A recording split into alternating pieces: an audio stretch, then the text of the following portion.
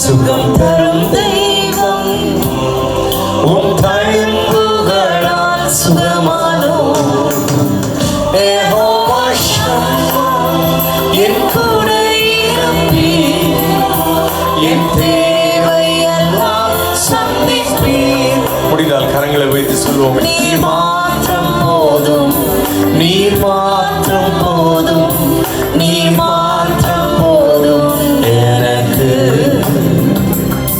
நீர் மாற்றம் போதும், நீர் மாற்றம் போதும், நீர் மாற்றம் போதும் எனக்கு.